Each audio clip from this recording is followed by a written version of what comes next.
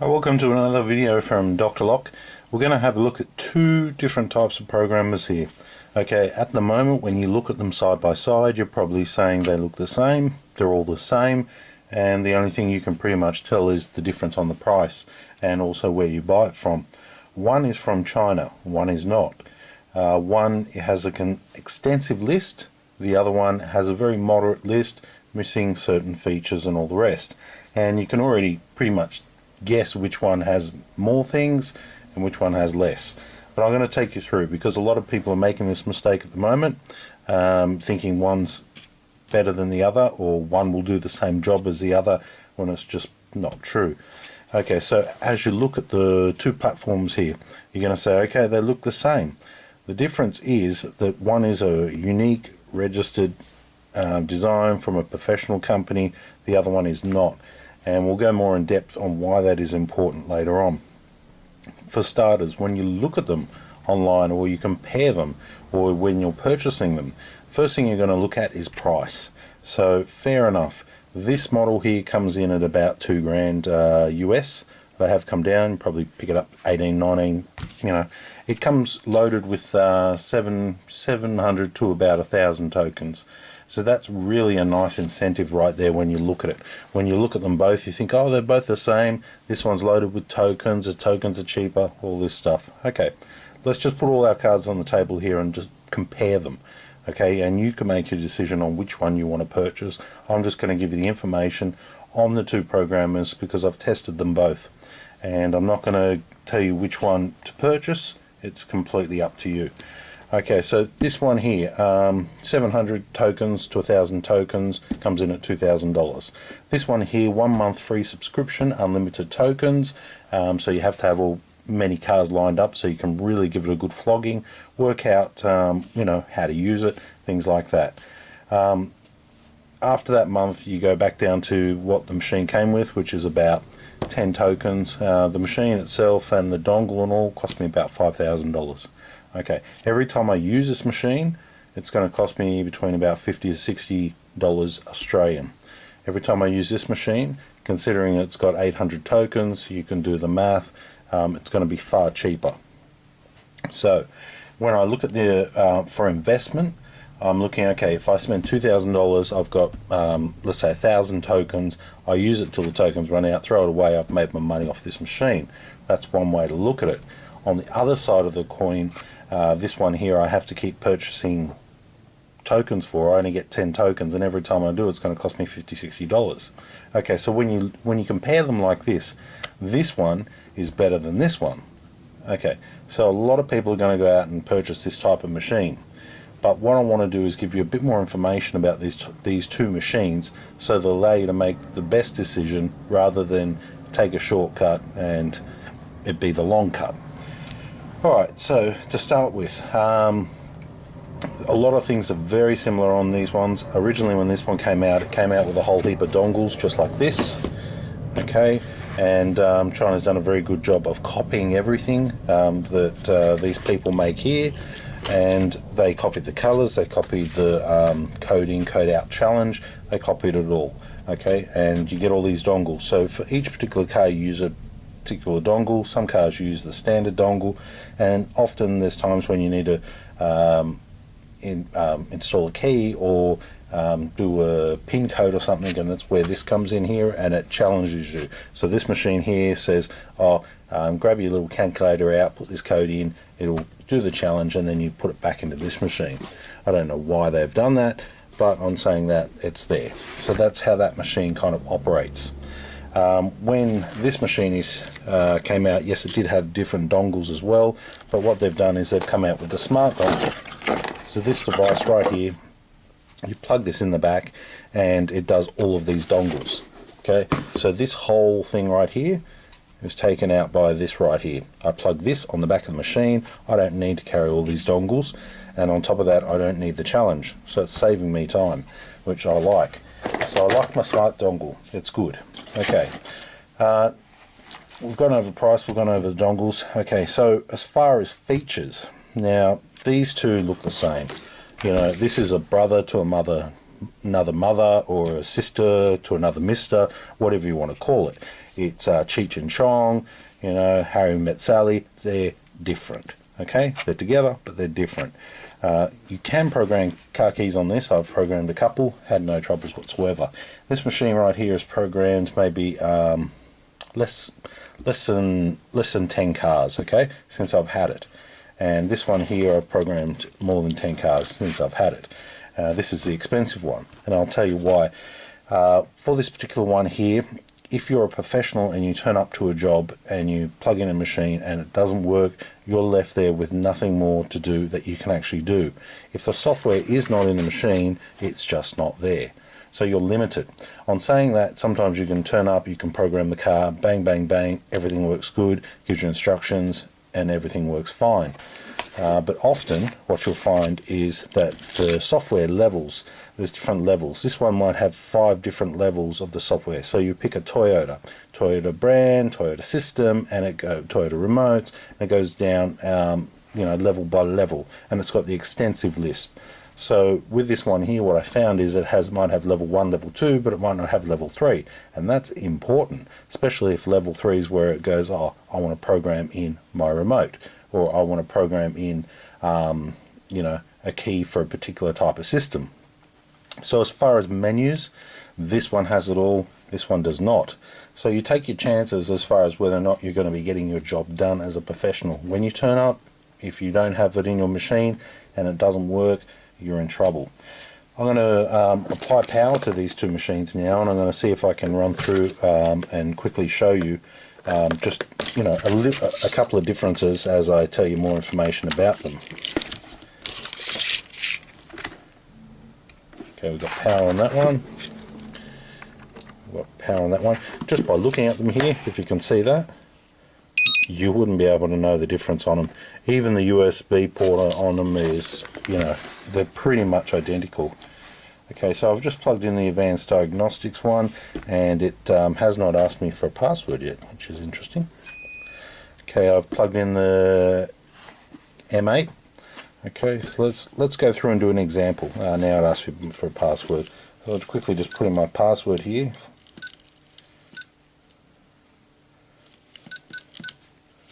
Enter. Okay, now I'm going to put in my password here.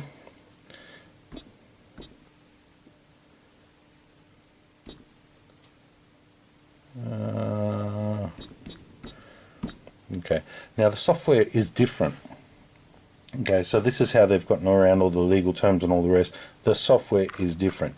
When you both start them up, you know what, I might even turn off the light so you can actually read what is actually happening here, because those lights are a bit bright. Ooh, that's still a little bit rough. Just one more moment, I'll turn on a different light.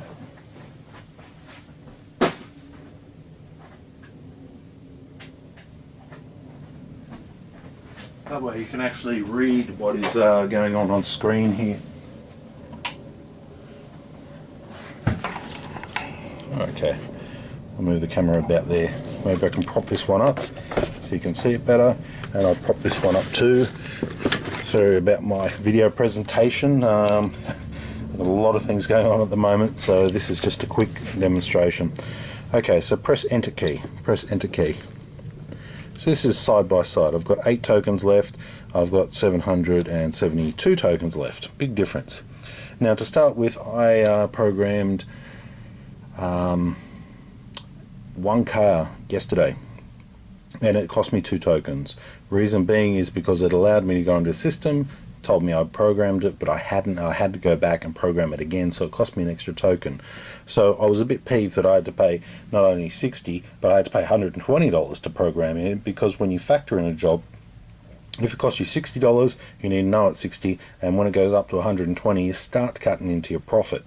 Okay, and these people who make these machines assume that everything's really profitable, which it isn't at the moment. Okay, so enter, enter. That's one of the reasons why these 2 machines, a lot of people are going this way on the Chinese stuff, and you've got to know kind of what the difference is. Now, I was looking at a Nissan not too long ago, and the the reason I bought this expensive machine and pay the expensive tokens is because it didn't have the system I was after. So I'm just going to look at Nissan. Go Nissan. Okay, so here we have, starting off on the expensive one, we have Africa, Asia, Australia, Europe, Middle East, North America, South America, by system, by pin code. Looking over here, we have Asia, Australia, Euro, Israel, South America, UAE, and USA. UAE. Okay, don't know what that is. All right, so let's say that we're doing a Japanese imported car. Okay, so I could go Asia, or I could go by system. Okay, and I also have the pin code converter, which is extremely important when you're trying to program in car keys, because without that you have to use an additional piece of hardware. So with that right there, it saves me time. With this one over here, it doesn't have it. So let's take an example. We're doing an imported car into Australia, so we're going to go Asia. We know it's by Asia because that's where it came from. So we're going to go Asia on the top menu over here. Now I have two options over here. After I went to Asia, I have immobilizer or proximity. Over here I have all of these models right here. I have everything from 200 SX all the way down to X-Trail, which is quite a lot. And if I can't find the model in it, I can also do it by system as well. So let's go back. Okay, Asia, by vehicle. Okay, now I can select that. Back. So let's go by system, because that's what this has done. It's just gone by system.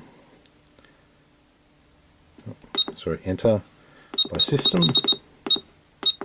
Enter. Okay, now here we can see where the problem lies. On the good one, I've got bladed, twist, start, stop button. Okay, now we can all kind of know what's going on here. We've got a bladed key, you stick it in the ignition, it starts. Or we have a proximity remote, which has a twist switch, which is done by the remote control, authorizing the ignition to be able to start. Then we have the stop start button, which is the most newest one, and you stick the key remote in your pocket and you push the stop start button. Over here I have immobilizer or proximity. Okay, majority of the new ones are proximity, so let's just try that. Now it'll take me in by vehicle, and I have EVO 10 or Outlander. Okay, so let's say ours is a stop start button, a proximity one. Okay, now I'm going in by ISO or CAN system, or CAN BCM to PCM. Okay, program pocket, no pocket. Okay, so let's go back. Over here I have two options. Okay, and now it's telling me to put in the right dongle to be able to start that process. So we'll go back if we can. We can't, we're locked, so we can't go back at this stage. We'll have to turn the machine off and go all the way through it again. So basically what I'm saying is that this machine has all the systems in it. This machine does not. So if you're going to invest $2,000, sometimes it's worth actually investing $5,000 or $6,000 and getting everything. When I say everything, you get updates. You get regular updates, you get tech support. Now when I was trying to use this machine and it didn't have what I needed, what I just showed you here, I called up and I thought maybe I'm pushing a wrong button, and I assumed that these two platforms were the same and they'd just done the Chinese copy of it and that I was pushing the wrong button. But what I found out is this machine has a whole new level compared to this machine. So my machine couldn't do it. I said bugger that, throw that in a drawer, and I went out and purchased this machine, meaning that now when I go to the job I can get the job done. On saying that, the shortcut is often the long cut. So $2,000 down the drain and I'm on to this one which I pay more money for. That's fine. This machine can still be used in certain functions. The other day I tried to program just a quick key with this machine, which I've done many a times on every other machine, and I want to quickly just show you what happened with that. So I'm going to power off real quickly here. So I've highlighted what it costs, what it can do, the levels it can do, regular updates, the different adapter. There's only one adapter. The tech support If I had to send one of my staff out to program a key, I would not send them with this. I would send them with this machine and this machine only. Reason being is because if something goes wrong, you've got more information, more instructions, tech support from your local provider, and you can get the job done. Everybody knows this platform and everybody knows how to use this platform in the locksmithing community. As with this one here, you're on your own, you're fending for yourself. Send an email, send it to China, wait your time. So, you know, you really are on your own with this machine. Just a quick note, just a real quick note. This little baby here, okay, I purchased this a couple of $100 off eBay. Don't get me wrong, I've programmed numerous cars with it. But here's the thing with Chinese machines, is that if you do cook an ECU or you burn out a computer, you're going to be a lot worse off than just purchasing one of these. So this is a copy of a really good machine, and this machine actually does work. I program in remotes with it all the time. Cost me nothing, cost me $200. It works good. The thing I don't like about it is that when I plug in my OBD port, the big one here, into the car, it doesn't power up the device. On saying that, I've used it a couple of times last week just for remotes, and it actually did power up the device. So maybe it's to do with cable, I don't know. But always having to power it up and plug it into the car was a hassle for me, so it went to the bottom of the toolbox and I didn't use it as often. But on saying that, it's tokenless, you pay your money and that's it. Reports in the States and places have said, yeah, I plugged it in, it cooked my car. So you really do have to approach with caution, and there is no instructions to say do or don't. Don't plug it in, do plug it in. You got to trial and error. So if you rock up as a professional and you plug it into somebody's car and you cook their car, you're in trouble. So yeah, these type of machines can get you into trouble. As where this machine here, you go there, you plug it in, you're going to get it to work. If it doesn't work, you call up tech support, you read the instructions, you're good to go. This machine here, there are no instructions with a lot of this type of program coming from China. They generally copy other people's instructions, which means they're not exactly relevant. Even the most expensive ones, the instructions are limited, hard to follow. There's a lot of gaps in between. You've got to have some idea on what you're doing. Not closing a door means the key might fail. Having a different radio in the car, the key might fail. Not having a light globe in the internal courtesy light, the key might fail. Not taking it out of programming mode, the key might fail. So there's so many things you've got to know about actually programming. So when you start to use a platform which is not complete from the start, you will be behind the 8 ball. It can be done on most cars, and you can fumble your way through quite a lot. And it can be done with this machine, and you might actually, get some really good use out of it. But don't be mistaken, there will be some trial and error, there will be some mistakes made, and it could cost you a lot more down the track. An example of that was day before last, I plugged this into a car, and I plugged it in using dongle A, which is this little dongle right here. I plugged it in, and I plugged it into the OBD port, which goes from here into the car, and then I powered it up. Okay, and everything looked normal. All of a sudden I could hear the car's engine fan turn on, and I thought, that's not normal. Why did that just turn on? The car's cold. And this whole screen turned into just completely blank, a few lines going across. Now this is dongle A. It seems to be working at the moment. But when I plugged it into the car, I could hear a hissing noise coming from this dongle right here, and that was 100% a hissing noise, so I could hear something was just sizzling inside there, not good. And the OBD I was plugging into the car actually was powering up the fan on the car. And I thought, this is crazy, that couldn't be from my machine, it couldn't be this, couldn't be that. So I tried it on the exact same car, exact same model, 2 years later car, it did the exact same thing. So at the moment it is working. And I'm going to, if I can, I'll do a quick video on that car as well, and I'll plug it in and I'll show you how the whole screen went blank. Now, the problem is that what happens if I cook the car's computer or ECU or BCM? What happens if I cook it? I'm going to be up for a new one, syncing it in with the car, reprogramming it, start again. I'm going to be up for a lot of trouble. So as soon as this made this noise, I took the dongle out, put this machine back in its box, and we went back to working with this one, the proper one. Okay, so that's basically what happened. as far as all these dongles and all the rest, I found one that was hissing, and this had only been used a dozen times. Okay, so here's the thing: if I'm on a job and I plug in dongle A, which it's telling me to do, and it doesn't work, what do I do? Now, being a locksmith, I like to always have a fail-safe on the services that I provide, so I carry more than one machine, which sounds crazy. You know, when you're going to start paying thousands of dollars machines, you know, you don't want to start carrying multiple machines. But that's what I prefer to do, because sometimes things do fail, which is normal for a lot of equipment. But when it does fail, you need to be able to diagnose why it's failing and things like this. So if I can't do it on this machine, I'll be having another machine to actually do it. And that's how I got through the day. If you're turning up and you've invested $2,000 on a machine like this, and it's hissing and it's turning on different parts of the car which it's not meant to, and you could possibly be cooking part of the car's computer, what are you going to do at that stage if this is all you have? You know, so what I'm trying to get at is here, there's a level of trust you need to have with your machines when plugging into somebody's expensive vehicle, and that level of trust only comes from the reputable companies which have the tech support and the products 100% tested around the world. This one here is Advanced Diagnostic. You see patent pending up the top here, MVB Pro. This is made in the UK, and they are around the world. This is the benchmark. This is, you know, if you're going to do it, you do it with this. This one here is coming from China, and as you can see, they've copied everything. The Key Pro, it says M8 under there, and no patent pending. But you know, all the buttons are all in the same place as well, so they look identical. They look identical, you know.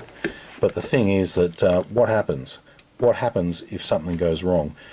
Email them.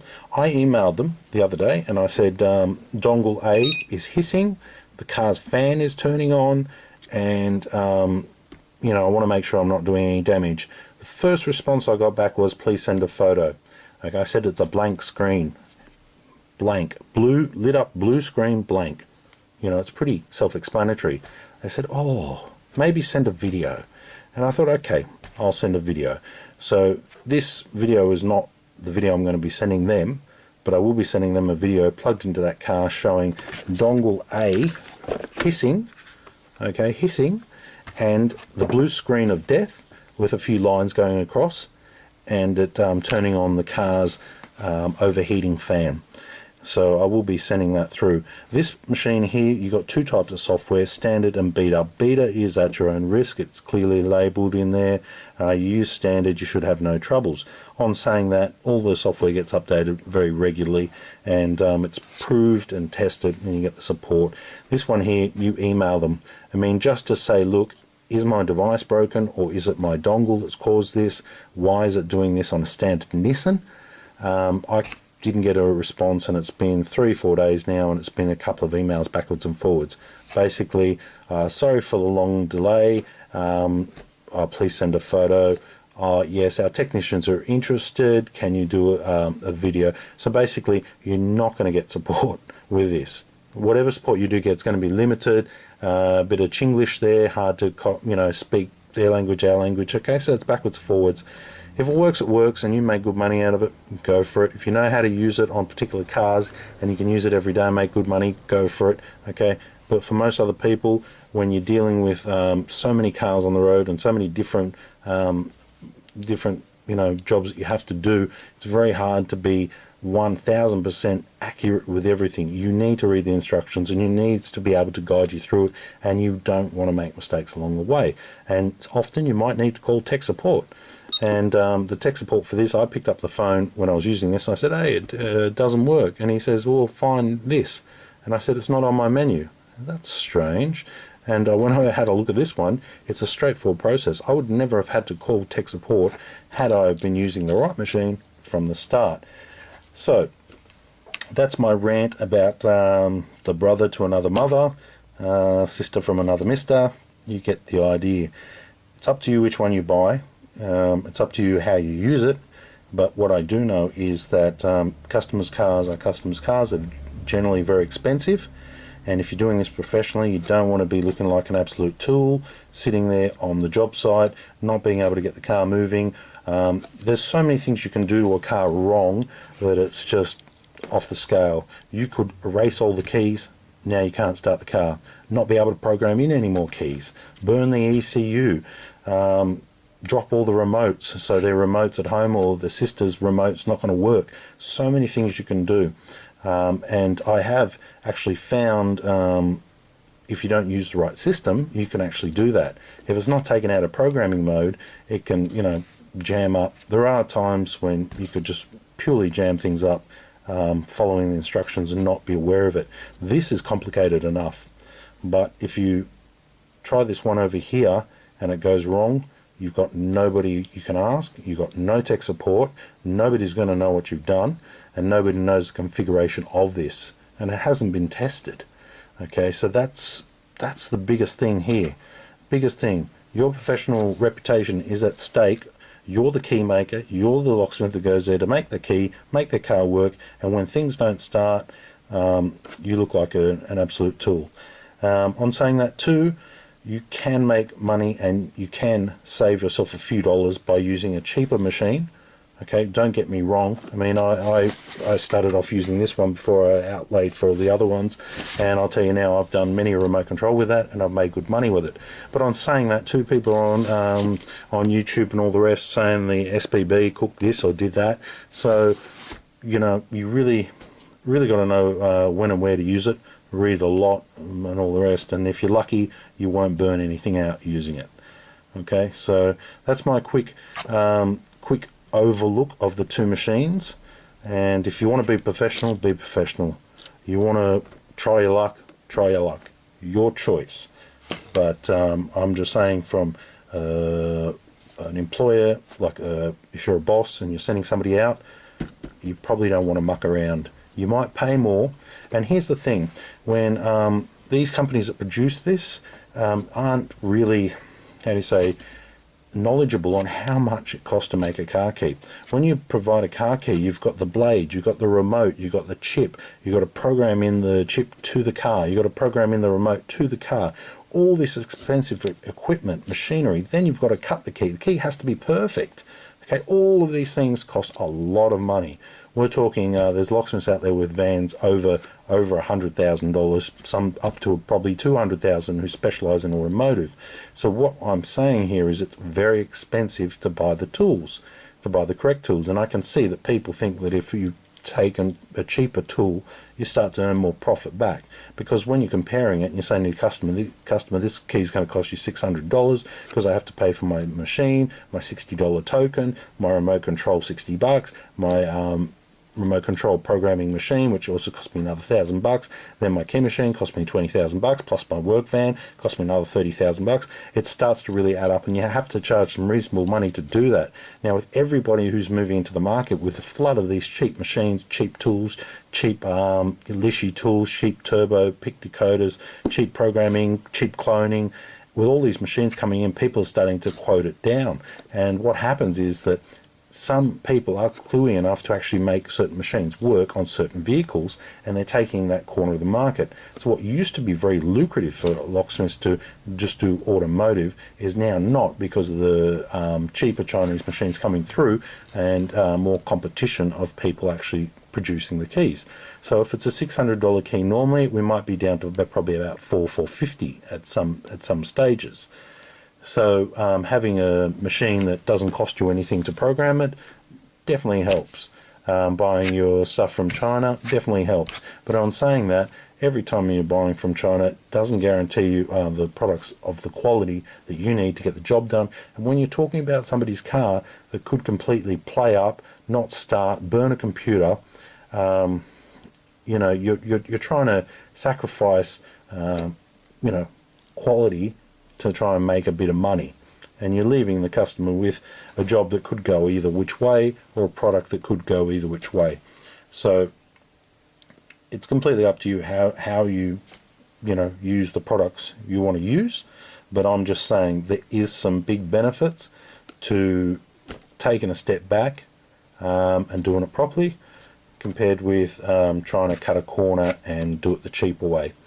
And if it means that you have to charge at $600 per key rather than the $450 per key, well, that's what you have to charge, because the people who are charging the $450 per key will come unstuck. their products won't last as long, or they might have problems along the way, and they'll probably stop doing automotive after they burn a car out, or they get stuck wasting half their day because their system doesn't actually do what they want it to do. And the only way to get a system that will do what you want it to do is to pay some money. Okay, so I've spent money. I've spent money to be able to tell you this.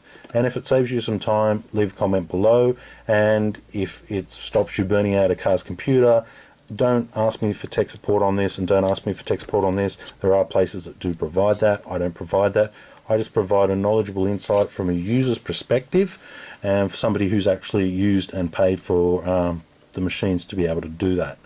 So yeah, had I have seen any videos and reviews on this telling me I might get a blank screen one day, or telling me my my A dongle, which is #1 dongle, most used dongle, could just play up real easy, you know, it would have really been a highlight for me to see that or know that, because hits the market, looks the same, cheaper, 700 tokens.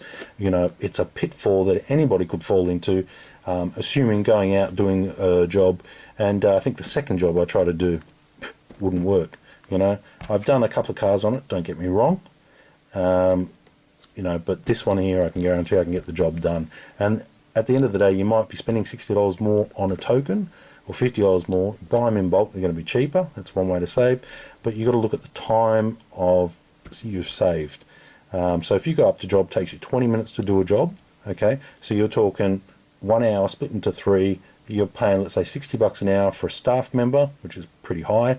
So that's $20 it's cost you to get this job done. As where if they're sitting there for 2 hours scratching their head, nobody to call, no tech support, you can be up to $120 loss on labour compared with getting the job done, and just, you know, paying for your tokens as you need them. So sometimes the shortcut is the long cut.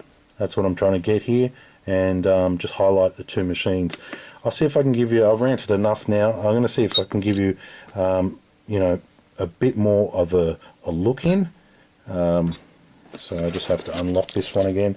I just want to see if I can show you some more differences on the two, because that will be an easier sort of way of doing it, because it's telling me about the new Ford software that's out at the moment. I'll probably have to update it. Updating on this particular machine is not so hard. This one here I haven't tried. Enter. Amount of tokens. Enter. Hope you can see them clearly. Enter. Enter.